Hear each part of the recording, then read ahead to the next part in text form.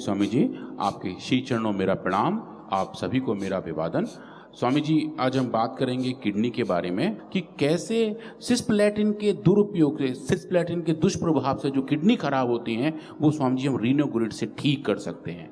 तो जो एक आयुर्वेद सिस्प्लेटिन तो एक है, किसी भी कारण से किडनी खराब होती है उनको हम ठीक करते हैं। तो अलग अलग कारणों से किडनी खराब होती है, उसका निवारण क्या है, उसका एक पक्ष आज रखें। हाँ स्वामी जी, वो स्वामी जी एक ऐसा पक्ष है जो लगभग हर तरीके के नेफ्रोटॉक्सिटी पे एप्लीकेबल है। मतलब जो सिंथेटिक दवाइयाँ हैं उनका जो दुष्प्रभाव किडनी पे है, उनका जो दुष्प्रभाव लीवर पे है, उस संदर्भ में अगर हम देखें तो लीवोग्रिड कैसे काम करती है, रीनोग्रिड कैसे काम करती है, तो स्वामी जी उसका एक एग्जाम्पल, उसका एक पक्ष आज हम देखेंगे। और देखेंगे कि जो नेफ्रोटॉक्सिटी है, मतलब कि किडनी के अंदर जो टॉक्सिटी है उसका कारण क्या है और कैसे एंटी कैंसर दवाइयाँ हैं उनका दुष्प्रभाव हमारी किडनी पर पड़ता है। तो समझिए किडनी का जो फंक्शनल यूनिट है उसे हम नेफ्रॉन कहते हैं। और नेफ्रॉन जो आप अभी यहाँ स्क्रीन पर देख रहे हैं, जहाँ मेरा अभी ये कर्सर है, समझिए ये पूरा नेफ्रॉन है, यहाँ से लेके यहाँ तक ये कि सिंगल फंक्शनल यूनिट है जो यूरिन फॉर्मेशन करता है, जहाँ मूत्र का निर्माण होता है, वो पूरी फंक्शनल यूनिट स्वामी जी ये है। और आप देखेंगे इसके अलग अलग हिस्से पे अलग अलग एंटी कैंसर दवाइयाँ अपना दुष्प्रभाव छोड़ती हैं। और वो जो दुष्प्रभाव है उसकी वजह से किडनी के अंदर दिक्कत आनी शुरू हो जाती है। और समझिए लगभग ऐसा कहा जाता है कि 60% कैंसर के रोगी जो कैंसर की दवा लेते हैं उनके अंदर किडनी के अंदर मेल फंक्शन आते हैं। तो लगभग आधे से ज़्यादा रोगियों को उनकी किडनी फंक्शन खराब हो जाते हैं, उनके रीनल फंक्शन कंप्रोमाइज हो जाते हैं। और उसका जो कारण है वो समझिए बड़ा सिंपल सा है। उसका कारण जो है वो इस तरीके से है कि जो स्पेसिफिक बायोलॉजी है उन दवाइयों के काम करने की, वो समझिए थोड़े अलग टाइप की है। तो ये एक दवा है जिसकी बात है सिस्प्लेटिन, जो एक प्लेटिनम का कंपाउंड है। कैंसर के रोगियों को आईवी के थ्रू दिया जाता है, जो आप में स्कीमेटिक देख रहे हैं। ये समझिए कैंसर का जो कंपाउंड है, एंटी कैंसर कंपाउंड है, ये हमारे शरीर के सेल्स के अंदर जाके डीएनए से बाइंड कर जाता है। ये समझिए डीएनए है और इसके बीच में जो जगह है वहाँ जाके कंपाउंड बाइंड हो जाता है और उसकी वजह से उस सेल्स का डीएनए डैमेज हो जाता है और सेल के अंदर एपोप्टोसिस इंड्यूस हो जाती है। मतलब जो सेल्स को नेचुरली आत्म विसर्जन का पाथ है वो स्वामी जी शुरू हो जाता है और इस तरीके से कैंसर की सेल्स मरनी शुरू हो जाती हैं। पर स्वामी जी ऐसा सिर्फ और सिर्फ कैंसर सेल्स में ही नहीं होता, जो हेल्दी सेल्स हैं उसमें भी ऐसा होना शुरू हो जाता है, जिसकी वजह से साइड इफेक्ट आने शुरू हो जाते हैं, किडनी खराब होनी शुरू हो जाती है, लीवर खराब होने शुरू हो जाते हैं और दुनिया भर का पूरा कार्यक्रम चलता रहता है। और वो स्वामी जी आप स्क्रीन पर देख रहे हैं, सिस्प्लेटिन की वजह से कार्डियोटॉक्सिटी होती है, न्यूरोटॉक्सिटी होती है, ऑटोटॉक्सिटी होती है, स्वामी जी सुनने की क्षमता भी कम हो जाती है, हिपेटॉक्सिटी होती है और सबसे ज्यादा नेफ्रोटॉक्सिटी होती है। मतलब कि किडनी के ऊपर साइड इफेक्ट सबसे ज्यादा आते हैं। अब एक दवाई के कितने दुष्प्रभाव है? हमारी आयुर्वेद की दवा सही तरह से बने और सही मात्रा में ली जाए, यहां तक कि जितनी ह्यूमन डोज है उसका 8 गुना से लेकर 28 गुना तक हमने दे करके देखा। 8 से लेकर के 28 गुना तक दे करके देखा, उसका कोई दुष्प्रभाव नहीं आता है। हमारी एक चीज का भी जरा सा कोई दुष्प्रभाव तो इसको इतना दुष्प्रचार किया जाता है, यदि हो जाए तो गलत तरीके से। और यहां तो एक दवाई से पूरा विध्वंस मचा पड़ा है। एक एक एलोपैथी की दवा का, विदेशी दवाओं का, विदेशी शिक्षा पद्धति का, विदेशी चिकित्सा पद्धति का, विदेशी जीवन पद्धति का, विदेशी आयातित जो मजहब हैं उनका और आयातित जो अलग अलग प्रकार के उत्पाद हैं उनका जो उत्पाद हो रहा है उन उत्पादों से, और उन सब के हम कंज्यूमर बने बैठे हैं। ये तो एक दवा है जिसका इतना बड़ा विध्वंस होता है। ऐसे न जाने कितनी सिंथेटिक दवाओं का जहर खाए हम बैठे हैं, कितने और तमाम तरह के ये अलग अलग प्रकार की सिंथेटिक दवाइयों को कंज्यूम करके हम बैठे हैं और अलग अलग प्रकार के विचारों को कंज्यूम करके बैठे हैं, आहार को कंज्यूम करके बैठे हैं और उन सब के कंज्यूमर बन गए और हमको ये नहीं पता कि हमारे साथ में हादसा क्या हो गया। जी हाँ स्वामी जी, तो स्वामी जी जो हादसा है, बहुत सारे हादसे आप देख रहे हैं, हार्ट, न्यूरॉन, किडनी, लीवर, कान, स्वामी जी सब जगह ऐसे एडवर्स इफेक्ट आते हैं। और उसका मॉलिक्यूलर रीज़न ये है कि वो जाके सेल के अंदर एक्यूमुलेट हो जाता है और जाके वो दुनिया भर के ऑक्सीडेटिव स्ट्रेस पैदा कर देता है। और स्वामी जी जो किडनी टिश्यू है उसके अंदर इंजरी आ जाती है, डैमेज आ जाता है, और जिसकी वजह से हम जिसे एक्यूट किडनी इंजरी कहते हैं, AKI जैसी सिम्टम आने शुरू हो जाते हैं। तो ये स्वामी जी ये पाथवे पूरा सा नोन है। इसके दो बड़े कंपोनेंट हैं। एक तो स्वामी जी एपोप्टोसिस, मतलब सेल्स का अपने तरीके से नेचुरल तरीके से जाना, आप जिसको कहते हैं स्वामी जी आत्म विसर्जन की पूरी प्रक्रिया। और दूसरा स्वामी जी माइटोफैगी, मतलब जो माइटोकॉन्ड्रिया है उसका जो नेचुरल तरीका है उसके रीजनरेशन का, वो खराब हो जाना। आज हम स्वामी जी उन्हीं के बारे में देखेंगे और देखेंगे कैसे रीनोग्रिड के इस्तेमाल से हम इन सबको स्वामी जी रेगुलेट और कंट्रोल कर सकते हैं। और रीनोग्रिड के अंदर स्वामी जी ये 7 बड़ी बड़ी औषधियां हैं जिनका एक बहुत अनुपम कॉम्बिनेशन है, एक फिक्स डोज कॉम्बिनेशन के तौर पे आते हैं। और स्वामी जी इस बार आप देखिए जो हमने अभी पेपर के बारे में आज बात करेंगे उसमें स्वामी जी हमने पहली बार इन औषधियों के नाम संस्कृत में लिखे हैं, देवनागरी लिपि में लिखे हैं। और स्वामी जी अब देखेंगे कि साइंटिफिक वर्ड में इन लिपियों का भी उतना ही एक्सेप्टेंस आ रहा है जैसा कि इंग्लिश में आ रहा है। स्वामी जी ये काम पहली बार पतंजलि रिसर्च फाउंडेशन ने किया है कि हम देवनागरी लिपि को भी साइंटिफिक जर्नल में पब्लिश कर पा रहे हैं। और जो उनके बायनोमियल नेम हैं, जैसे पूज्य आचार्य श्री ने डिफाइन किए हैं स्वामी जी, वैसे हमने पैदा किए हैं, हमने उन सबको जनरेट किया है और इस फॉर्म में ही हमने स्वामी जी को पब्लिश किया है। तो हर बार हम केमिकल करेक्टराइजेशन देखते हैं कि नेचर ने कौन कौन से कंपाउंड इसके अंदर पैक किए हैं। इस बार स्वामी जी हम थोड़े से और सुंदर ग्राफ्स लेके आए हैं जिसको हम HPTLC कहते हैं, high performance thin layer chromatography. और इसके आधार पर स्वामी जी हम देख रहे हैं कि कौन कौन से कंपाउंड नेचुरली पैक्ड रीनोग्रिड के अंदर हैं। ये एक तरीके से इन प्लांट्स के, इन हर्ब्स के फिंगर प्रिंटिंग जैसा काम है स्वामी जी। जैसे कि हमारा आधार कार्ड होता है वैसे ही स्वामी जी हमने हर एक औषधि का एक केमिकल फिंगरप्रिंट बनाया हुआ है और वो फिंगरप्रिंट हमें बताता है कि इसके अंदर कौन कौन सी औषधि हैं, कितनी मात्रा में है और कौन कौन से नेचुरली पैक्ड फाइटो कंपाउंड्स हैं और वो कहाँ कहाँ किस किस मात्रा में किस डोज में उपलब्ध हैं। इसको स्वामी जी हम HPLC से भी कंफर्म करते हैं और देखते हैं कि अगर हम अलग अलग बैच के ये कंपाउंड देखें तो वो कितने सारे हमें देखने को मिलते हैं। अब स्वामी जी हम आते हैं बायोलॉजी पे, जो उसके लिए हमने सबसे पहले सेल लाइन ट्रायल्स किए थे जहां हमने human kidney proximal tubular cells पे काम किया था।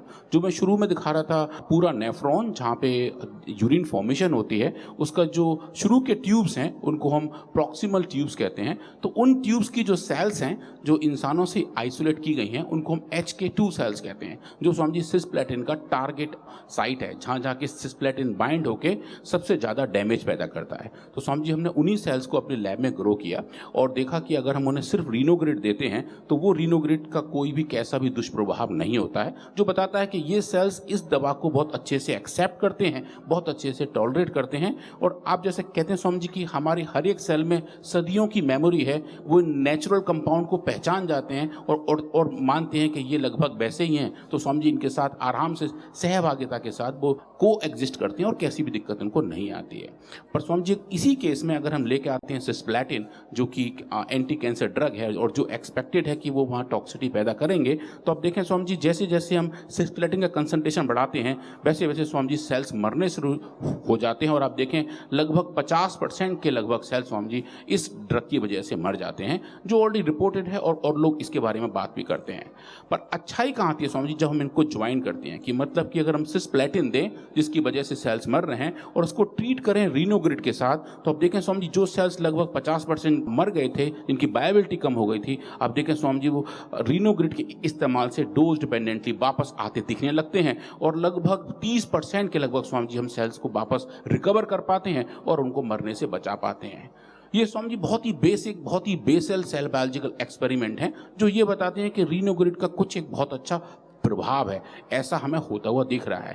पर देन क्वेश्चन कम्स कि अगर ऐसा है तो क्यों हो रहा है और उसका कारण क्या है। तो स्वामी जी उस पर अगर आप देखें तो उसके बहुत अच्छे अच्छे कारण हैं और हमने लगभग हर एक कारण पे डिटेल में जाकर देखा है कि जो किडनी इंजरी के बायोमार्कर हैं मतलब कि ऐसे सिग्नल जिसकी वजह से पता लगता है कि किडनी खराब होनी शुरू हुई हैं, कि हम उनको मेजर कर सकते हैं। तो समझिए हमने इन सेल्स के अंदर ये वाला मेजरमेंट किया। एक प्रोटीन है जिसका नाम है KIM, किडनी इंजरी मार्कर, जो भी सेंटर में है जहाँ मेरा आप देख रहे हैं कर्सर है। समझिए सिस्प्लेटिन की वजह से इस इंजरी मार्कर का लेवल बढ़ जाता है, जो क्लिनिकली रेलिवेंट भी है और ह्यूमन पेशेंट में भी समझिए इसको नापा जाता है। तो हमने पाया कि जब KIM-1 का लेवल बढ़ जाता है और रीनोग्रिड की वजह से समझिए वो डोज डिपेंडेंटली कम होना शुरू हो जाता है। एनगेल नाप का एक और ऐसा ही सिग्नल है समझिए, उसका लेवल भी बढ़ जाता है और वो भी डोज डिपेंडेंटली कम होना शुरू हो जाता है। और उसके साथ साथ जो मैं शुरू में बता रहा था कि सिस्प्लेटिन की टॉक्सिसिटी का एक बड़ा कारण ऑक्सीडेटिव स्ट्रेस है। मतलब सेल्स के अंदर, किडनी सेल्स के अंदर अगर ज़्यादा ऑक्सीडेटिव स्ट्रेस हो तो वो भी मरने शुरू हो जाते हैं। तो समझिए हमने इन सेल के अंदर ऑक्सीडेटिव स्ट्रेस को भी नापा और पाया कि जब हम सिस्प्लेटिन देते हैं तो ये ऑक्सीडेटिव स्ट्रेस समझिए इतनी सारी बढ़ जाती है। जहाँ मेरा कर्सर है, ये जो पूरा कर्व है ये ऑक्सीडेटिव स्ट्रेस के बारे में दिखा रहा है। और समझिए जब हम दे रहे हैं इनको रीनोग्रिड, तो आप देखेंगे जैसे जैसे हम रीनोग्रिड की मात्रा बढ़ा रहे हैं वैसे वैसे ऑक्सीडेटिव स्ट्रेस डोज डिपेंडेंटली कम होती दिख रही है। और इसके जो मार्कर्स हैं जिसको हम GST कहते हैं, और समझिए ऑक्सीडेटिव स्ट्रेस का दूसरा मार्कर जो JC1 कन्वर्जेंस हैं, उन सब का भी आप देखेंगे वैसा ही अच्छा कोरिलेशन देखने को मिलता है कि जैसा रिस्पॉन्स हम देख रहे हैं सेल के अंदर, लगभग वैसा ही रिस्पॉन्स हमें उसके मॉलिक्यूलर बायोलॉजिकल कंपोनेंट के तौर पर दिखाई देने लगता है। अब समझिए बात आती है एपोप्टोसिस की। अगर हम इसको थोड़ा बड़ा करके देखेंगे तो समझिए इस बारे में एक छोटा सा कार्टून लेके आया हूँ। आप जो देख रहे हैं नीचे बॉटम पे कि एक जो तीरंदाज है वो तीर ऐसे ही छोड़ रहा है जो वापस उसी पे आके गिर रहा है, समझिए ऐसा ही एपोप्टोसिस के अंदर होता है। एक सेल अपने लेवल पे आत्म विसर्जन को खुद को ऐसे तैयार कर लेती है कि जब उसके जाने का टाइम है तब वो खुद ही चले जाए। तो ये जो प्रोग्राम सेल डेथ है ये समझिए बहुत क्रिटिकल कंपोनेंट है। कैंसर के केस में ये प्रोग्राम सेल डेथ थोड़ी सी पहले हो जाती है। कैंसर सेल्स के साथ जो आपके एंटी कैंसर ड्रग हैं वो उसको ज़्यादा तेज कर देते हैं। तो हर काम, हर चीज़ अगर सही समय पे हो तो वो अच्छे हेल्थ की तरफ बताती है। पर लेकिन अगर हम देखें कि सिस्प्लेटिन जो पूरा प्रोसेस किडनी सेल्स के अंदर है एपोप्टोसिस को, उसको एक्चुअली बढ़ा देता है, जिसकी वजह से सेल जल्दी मरने शुरू हो जाते हैं। और समझिए रीनोग्रिड एग्जैक्टली इसका अपोजिट करता है। वो सिस्प्लेटिन का जो दुष्प्रभाव है जिसकी वजह से एपोप्टोसिस जल्दी आने लगता है, समझिए उसको वो डिले करके नेचुरली वापस वहीं ला जाता है जहां उसको नेचर ने बनाया हुआ है। और जो एपोप्टोसिस का पूरा पाथ है समझिए वो अच्छे तरीके से बरकरार बना रहता है। इसको आप देखेंगे स्क्रीन पर तो समझिए अब ये देखिए, ये हमने फ्लो साइटोमेट्री एक्सपेरिमेंट किए। लगभग 1 लाख के लगभग समझिए सेल्स लिए हैं जिसके ऊपर हमने अलग अलग मार्कर देखे हैं कि कितने सेल्स एपोप्टोसिस में जा रहे हैं। तो समझिए अब देखेंगे यहाँ जो पूरी सिचुएशन है ये वो वाला है जहाँ हमने सिस्प्लेटिन दिया है। लगभग इतने सारे सेल्स समझिए एपोप्टोसिस में गए हुए हैं और जैसे जैसे हम रीनोग्रिड दे रहे हैं समझिए ये नंबर डोज डिपेंडेंटली कम होता हुआ दिख रहा है। और जो ये बताता है कि हम रीनोग्रिड के इस्तेमाल से सिस्प्लेटिन की वजह से पैदा हुए एपोप्टोसिस को रेगुलेट कर सकते हैं, उनको समझिए कंट्रोल कर सकते हैं और जो पूरा पाथ है उसको समझिए डोज डिपेंडेंट तरीके से मेजर कर सकते हैं। तो जो समझिए एक ये बड़ी वाली फाइंडिंग इसमें ये है कि जो एंटी कैंसर ड्रग का एडवर्स इफेक्ट नॉर्मल सेल्स पे आ रहा है समझिए उसको रेगुलेट किया जा सकता है। उसके बाद जो उसके पूरे मार्कर हैं, सिस्प्लेटिन की वजह से समझिए काफ़ी कुछ चेंजेस आते हैं हमारे सेल सिग्नलिंग पे। उसके जीन एक्सप्रेशन पे फर्क पड़ता है, उसके प्रोटीन लेवल पे फर्क पड़ता है और समझिए प्रोटीन फास्फोराइलेशन पे भी फर्क पड़ता है, जो सेल सिग्नलिंग का बिल्कुल एक बहुत फाइन ट्यून कंपोनेंट है। कि जैसे कि हम लोग जब नहा धो के तैयार होते हैं, कपड़े पहनते हैं और हमारी माताएं बहनें थोड़ा सा मेकअप करती हैं, समझिए वैसा ही मेकअप हमारी सेल की प्रोटीन्स करती हैं और वो जो मेकअप है वो उनको एक्टिव फॉर्म में कन्वर्ट करता है। तो समझिए प्रोटीन के ऊपर वो मेकअप जिसको फास्फोराइलेशन कहते हैं, समझिए हमने पहली बार देखा कि हर्बल मेडिसिन उस फास्फोराइलेशन के स्टेप को भी सही कर देती हैं। अगर मेकअप खराब हुआ है तो समझिए मेकअप ठीक कर देती हैं। और वो जो मेकअप ठीक होने की प्रक्रिया है वो आप देख रहे हैं स्क्रीन पर समझिए, ये जो काले रंग के बैंड्स हैं जो काले टीके के तरह हैं, जो भी एक तरीके का मेकअप ही होता है समझिए, देखिए नेचुरली जैसा होना चाहिए, डिजीज कंडीशन में थोड़ा खराब हो गया है। और आप देखें समझिए सिस्प्लेटिन की वजह से जो खराब हुआ तरीका है वो रीनोग्रिड समझिए उनको वापस नॉर्मली नेचुरली वहीं ले आता है जहां इसको होना चाहिए था समझिए। तो ये एक बहुत बड़ी वाली बात थी और जो हमने पहली बार ये देखा कि एक हर्बल मेडिसिन इस तरीके से एक इतने फाइन इवेंट को भी अच्छे तरीके से रेगुलेट और समझिए कंट्रोल कर सकती है। अब स्वामी जी बात आती है एक और पैरामीटर की, जिसको हम नेक्रोप्टोसिस कहते हैं, मतलब नेक्रोसिस और एपोप्टोसिस के बीच का सिचुएशन। स्वामी जी हमने वो भी नापा और पाया कि रीनोग्रिड सिस्प्लेटिन की वजह से पैदा हुए इन बायोलॉजिकल इवेंट को भी रेगुलेट कर लेती है, और ये जो रेगुलेशन है ये डोज डिपेंडेंट है और उसके साथ साथ स्वामी जी टाइम डिपेंडेंट भी हैं कि, और इसके जो सिग्नलिंग मॉलिक्यूल हैं जिसकी वजह से ये कुछ होता है, जिसकी वजह से ये जीन एक्सप्रेशन के लेवल के चेंजेस आते हैं, स्वामी जी हमने वो भी नापे। और RIPK1, RIPK3 और MLKL जो 3 बड़े सिग्नलिंग मॉलिक्यूल हैं जिनके जीन एक्सप्रेशन इस पूरे बायोलॉजी को रेगुलेट करते हैं, स्वामी जी हमने वो भी देखा और पाया कि इन जीन एक्सप्रेशन के बढ़े हुए लेवल को भी हम डोज डिपेंडेंट तरीके से रेगुलेट और कंट्रोल कर सकते हैं। अब स्वामी जी बात आती है जो बहुत क्रिटिकल कंपोनेंट है, वो है माइटोफेजी। माइटोफेजी स्वामी जी बहुत हेल्दी चीज़ है जो हमारे सेल के अंदर होती रहती है। आप देखिए यहाँ एक छोटा सा स्केमेटिक बना के लाए हैं कि स्वामी जी ये माइटोकॉन्ड्रिया है। ये माइटोकॉन्ड्रिया के अंदर आप देखिए जब जब इसका रिसाइकलिंग होना हो, स्वामी जी एक तो सेल के अंदर साइक्लिंग हुआ पूरे सेल का, जिसको हम ऑटोफेजी कहते हैं, और सेल के अंदर भी रिसाइक्लिंग का कार्यक्रम चलता रहता है ताकि जो कबाड़ है वो हटता जाए और नई नई चीज़ें आती रहें। तो स्वामी जी माइटोकॉन्ड्रिया के अंदर अगर आप एक तरीके से उस छोटे से हिस्से को रिसाइकिल करना चाहें तो अलग टाइप के सेलुलर इवेंट्स होते हैं। लाइसोसोम नाम के एक स्वामी जी आप समझे जैसे हमारे समाज में बड़े कबाड़ी होते हैं जो चीज़ों को इकट्ठा करके रिसाइकिल करते हैं, स्वामी जी सेल के अंदर लाइसोसोम होता है और लाइसोसोम क्या करता है कि इन चीज़ों को इकट्ठा करके ब्रेक डाउन करके उसको सेल को वापस दे देता है। तो माइटोकॉन्ड्रिया के हिस्से को अगर लाइसोसोम से फ्यूज़ करें और बाद में इसको रिसाइकिल कर लें तो स्वामी जी एक नई स्पीशीज़ बनती है जिसको माइटोलाइसोसोम कहते हैं,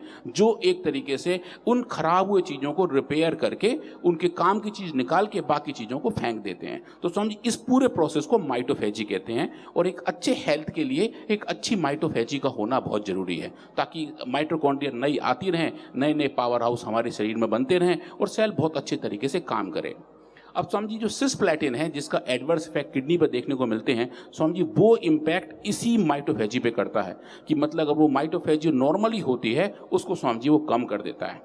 हमने देखा स्वामी जी रीनोग्रिड वही उसी प्रोसेस को अच्छे तरीके से रेगुलेट करता है। और अगर आप यहाँ जो देख रहे हैं डेटा, ये देखिए स्वामी जी ये नॉर्मल सेल्स का पूरा पॉपुलेशन है। ये इतना पॉपुलेशन आप देखिए, ये वो सेल्स हैं जिनके अंदर माइटोफेजी हो रही है। यहाँ आप देखिए कुछ कम बिंदु हैं, यहाँ बहुत सारे बिंदु हैं जो बता रहे हैं कितने सेल्स के अंदर माइटोफेजी का लेवल कम हो गया है। और स्वामी जी आप देखें रीनोग्रिड के इस्तेमाल से ये डोज डिपेंडेंटली वापस होना ठीक वहीं हो जाता है जहाँ इसको नेचुरली नॉर्मली होना चाहिए था।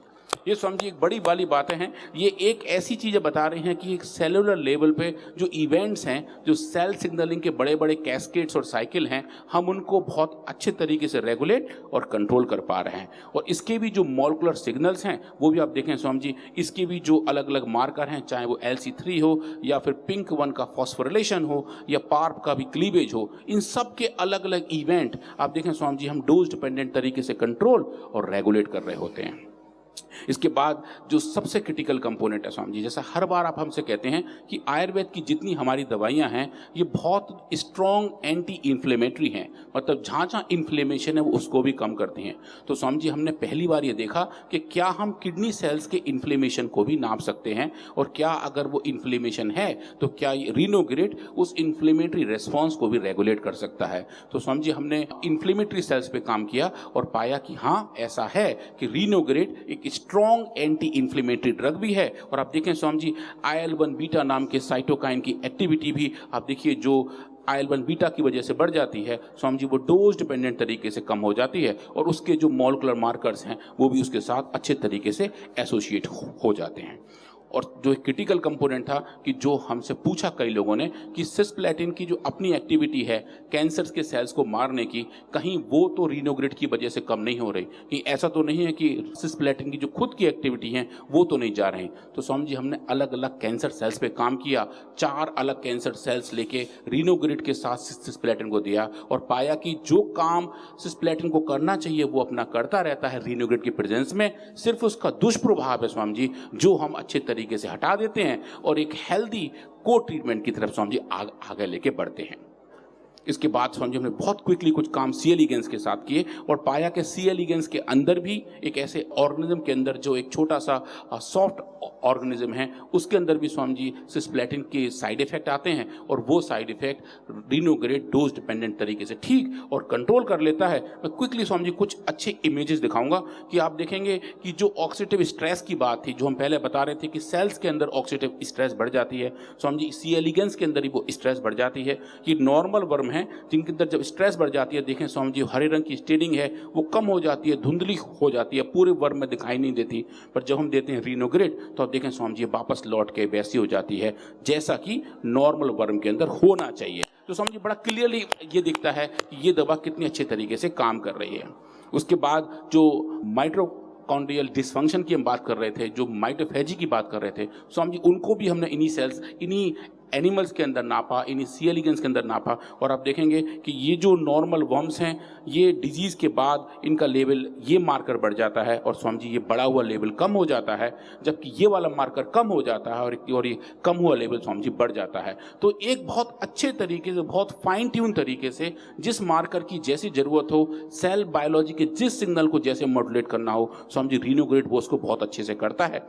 इसके साथ हमने माइटोफेजी का भी लेवल इसी वर्म के अंदर नापा और इस बार जो आप लाल रंग के स्टेनिंग देख रहे हैं, ये लाल रंग की डाई है जो बता रही है कि कैसे नॉर्मल वर्म्स के अंदर जो माइटोफेजी है जो कम हो गई थी, वो रिनोग्रेट ने रेगुलेट बहुत अच्छे से कर ली थी। स्वामी जी ये इस पूरे डेटा का बहुत सुंदर सा समरी है जहाँ हमने दिखाया कि किडनी सेल्स से लेके सी एलिगेंस के अंदर तक जो भी एडवर्स इफेक्ट्स सिस्प्लेटिन की वजह से आ रहे थे, रिनोग्रेटिन को बहुत अच्छे तरीके से रेगुलेट करके पूरे सिस्टम को रीजनरेट करके वहाँ लेके जाते हैं जहाँ नेचुरली नेचर ने उसको बनाना चाहिए। स्वामी जी इस पूरे फाइंडिंग को लेके हम बड़े जर्नल के पास गए, नेचर पब्लिकेशन का स्वामी जी बड़ा जर्नल है, साइंटिफिक रिपोर्ट, और स्वामी जी साइंटिफिक रिपोर्ट में ये पेपर स्वामी जी पब्लिश हुआ। और स्वामी जी इस बार मैंने एक काम ये भी किया है, स्वामी जी अभी आप जो स्क्रीन पर देख रहे हैं ये एक QR कोड है और जो लोग टीवी पे देख रहे हैं वो उस QR कोड को अपने फ़ोन से स्कैन कर सकते हैं और ये पेपर स्वामी जी फिर उनके फ़ोन में डाउनलोड हो जाएगा और वो डिटेल में पढ़ पाएंगे कि जो हमने काम किया है वो कैसे किया है और उसकी स्वामी जी फाइंडिंग कैसी कैसी है।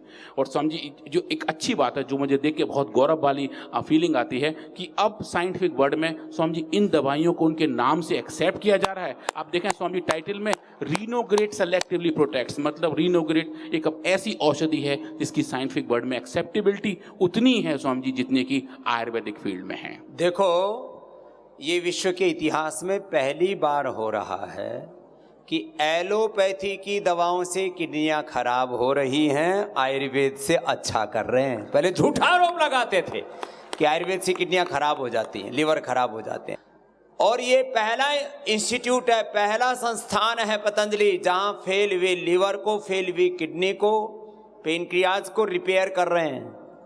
Fatty liver, liver cirrhosis, liver fibrosis, hepatitis, liver failure से, लिवर किडनी ट्रांसप्लांट से, टाइप 1, 2, 3 डायबिटीज़ और डायबिटीज़ के कॉम्प्लिकेशन से लोगों को मुक्त कर रहे हैं, मधुमेह से मुक्त कर रहे हैं, उच्च रक्तचाप से मुक्त कर रहे हैं, हार्ट डिजीज को रिवर्स कर रहे हैं, rheumatoid arthritis, RA-CRP, NA, AVN, HLB-27, मनवात रोग, कफ रोग, अस्थमा, ब्रोंकाइटिस, लंग फाइब्रोसिस, सार्कोडाइसिस, तमाम जैसी बीमारियां, सोराइसिस, एक्जिमा, लिकोडर्मा से लेकर के SLEMS, कैंसर जैसे रोग, पार्किंसंस, अल्जाइमर, डिमेंशिया, आँखों की नज़रें कमज़ोर हैं और उसके भी खतरनाक रोग हैं, आँखों के, कानों के, इन सब मस्तिष्क के रोगों को, न्यूरो प्रॉब्लम्स को एक स्थान पर जड़ से कहीं मिटाया जा रहा है तो पतंजलि है। इसलिए पतंजलि के सारे साइंटिस्टों को, डॉक्टरों को एक बार फिर से अभिनंदन।